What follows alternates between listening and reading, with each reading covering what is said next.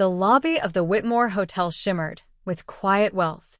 Crystal chandeliers cast warm light over marble floors. The scent of polished wood and expensive perfume floated through the air. It was the kind of Manhattan hotel where voices stayed low and reputations mattered. Then the screaming started. "That's him. He took it," a woman shouted, her voice cracking through the elegance like breaking glass. Guests froze. A concierge dropped his pen. Two security guards rushed toward the commotion near the elevators, where a sharply dressed woman in a tailored cream coat stood pointing at a teenage boy. The boy couldn't have been older than 14. He wore a black puffered jacket, sneakers slightly worn at the edges, and a blue medical mask hanging loose under his chin. His father stood beside him, tall, tense, one protective hand on his son's shoulder. "My phone," the woman snapped. "It's missing. And he was the only one near me." Her name was Vanessa Harrow, real estate developer, donor to city campaigns, known face in Manhattan social circles, the kind of woman whose complaints were rarely questioned. The boy's name was Marcus Reed, and in that moment, he looked like he couldn't breathe. "I didn't take anything," Marcus said, voice trembling but steady enough to be heard. "I swear." Vanessa stepped closer, eyes sharp. "Give it back now, or I'm calling the police." "I already did," she replied, pulling another phone from her purse. "They're on their way." The words hit the lobby like a silent bomb. Marcus's father, Daniel Reed, raised his hands calmly. "Ma'am, my son did not touch your phone. We just got here. You brushed past us near the entrance." Vanessa's expression hardened. "Are you accusing me of lying?" Two hotel security guards positioned themselves subtly between the Reeds and the exit. Not aggressive, just enough to suggest that no one was leaving. Outside, sirens wailed faintly in the distance. Within minutes, two NYPD officers entered the hotel. Calm, professional, observing everything. "What seems to be the issue?" one officer asked. Vanessa stepped forward immediately. "My phone was in my hand. I set it down for 1 second while checking in. This boy was standing right next to me. Then it was gone." Marcus felt every eye in the lobby on him. Wealthy guests whispering. Phones discreetly recording. Judgment forming before facts. The officer turned to Marcus. "Son, do you have the phone?" "No, sir," Marcus said quickly. "I don't. Mind if we check your pockets?" Daniel stiffened. "Officer, with respect, there's no evidence he did anything." The officer nodded. "Understood. But we need to clear this up." Marcus slowly turned out his pockets. Wallet. Metro card. A folded receipt. Nothing else. Vanessa crossed her arms. He could have passed it to someone. There was no one else. Daniel shot back, tension creeping into his voice. "You're accusing my child without proof." The second officer looked at hotel staff. "You have cameras in the lobby?" The manager, pale and nervous, nodded. "Yes, of course. Multiple angles." Vanessa hesitated for the first time. Just briefly. "Well," she said, smoothing her coat, "that should settle it." Marcus felt his stomach twist. Because cameras could prove innocence. Or seal guilt. The group moved to a small security office behind the lobby. A dimly lit room filled with monitors. The footage was already being pulled up. On screen, the lobby replayed in silent grayscale. There was Vanessa at the front desk, phone clearly visible in her hand. There was Marcus and his father entering through the revolving doors seconds later. The officer leaned closer. "Pause it there," he said. Vanessa set her phone on the counter while signing a document. Marcus stood a few feet behind her, looking at the Christmas decorations near the entrance. Not even facing her direction. "Zoom in," Daniel whispered. The technician enhanced the image. Grainy, but clear enough. Vanessa turned slightly. A hotel staff member approached her from the side. They exchanged a few words. She picked up her purse, adjusted her coat, and walked toward the elevator. The phone remained on the counter. Marcus never moved. The room fell silent. Vanessa's face drained of color. "Keep playing," the officer said quietly.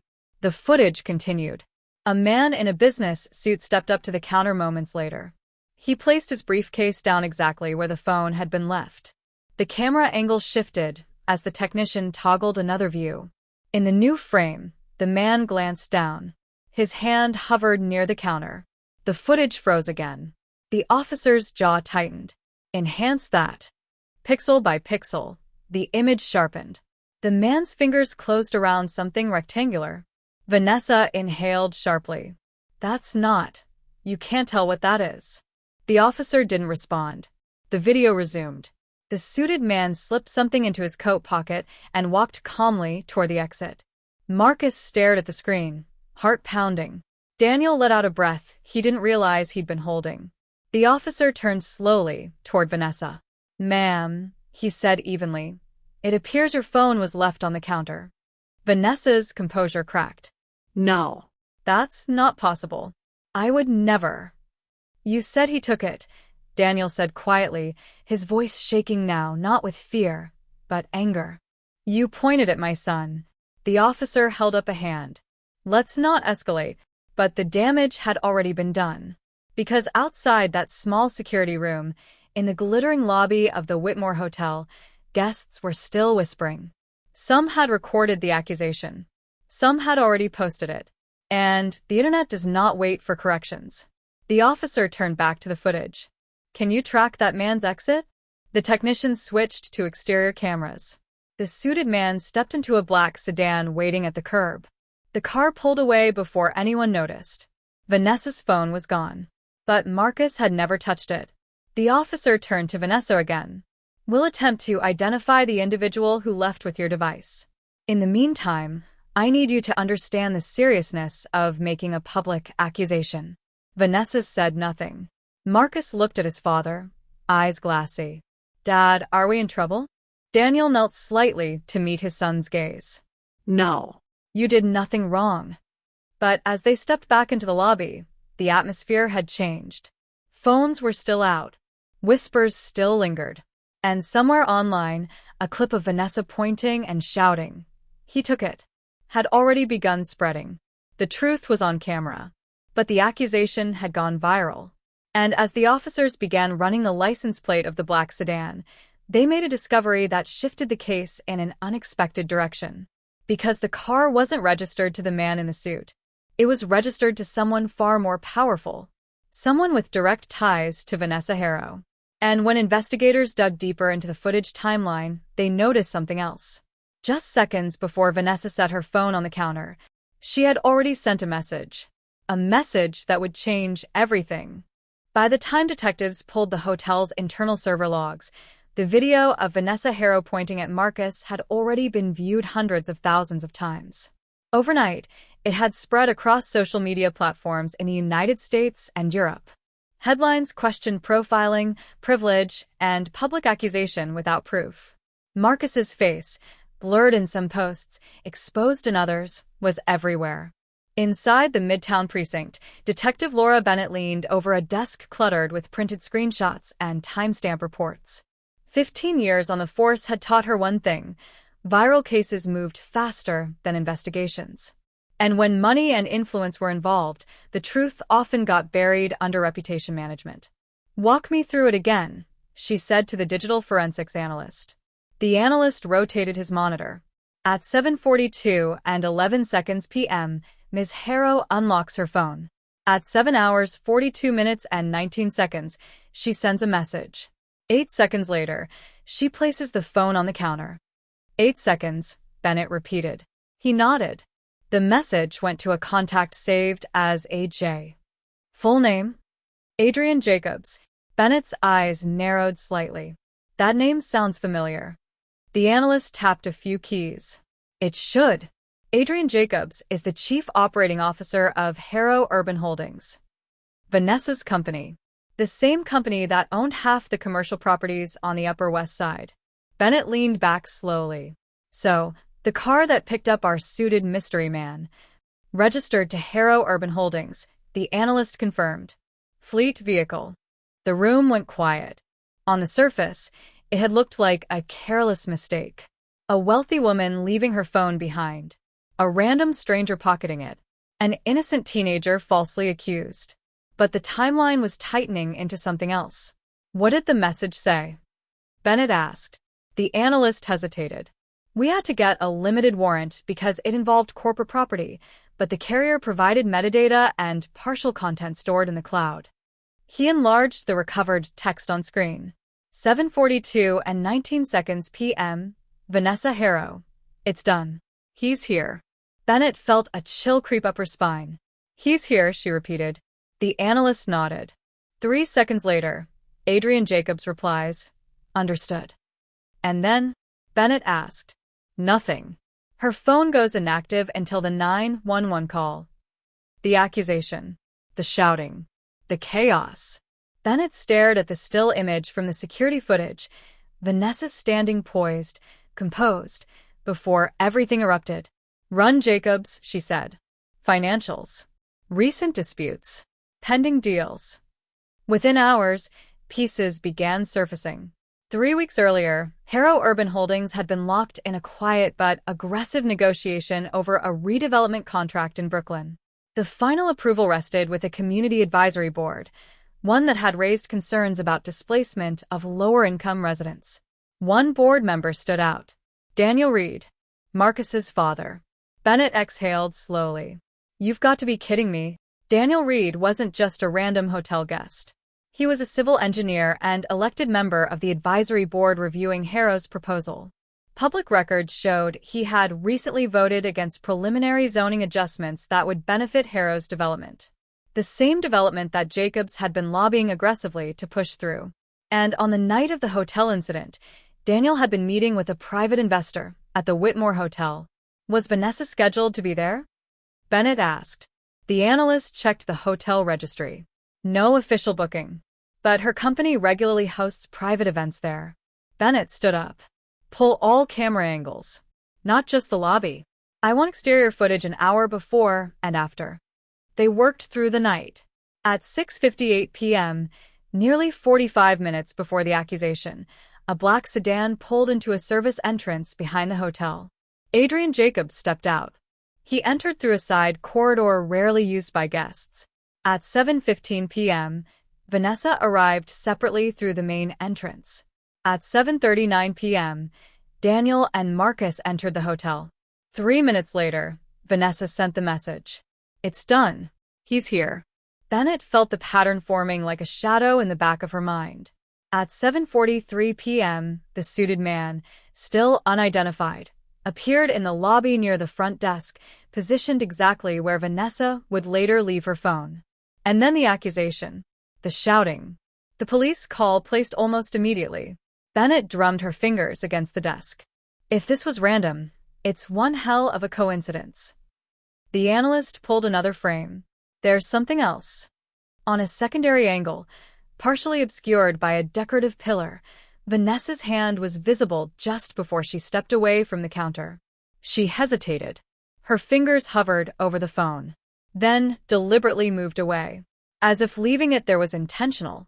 Bennett's jaw tightened. Zoom in on Jacobs, she said.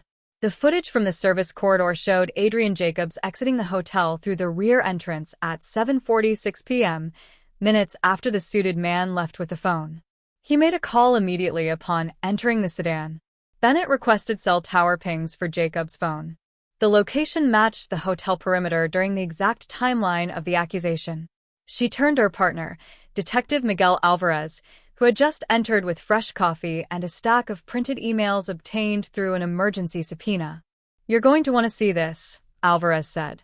He spread the documents across the desk. Internal emails between Jacobs and Vanessa from 2 days prior. One line stood out.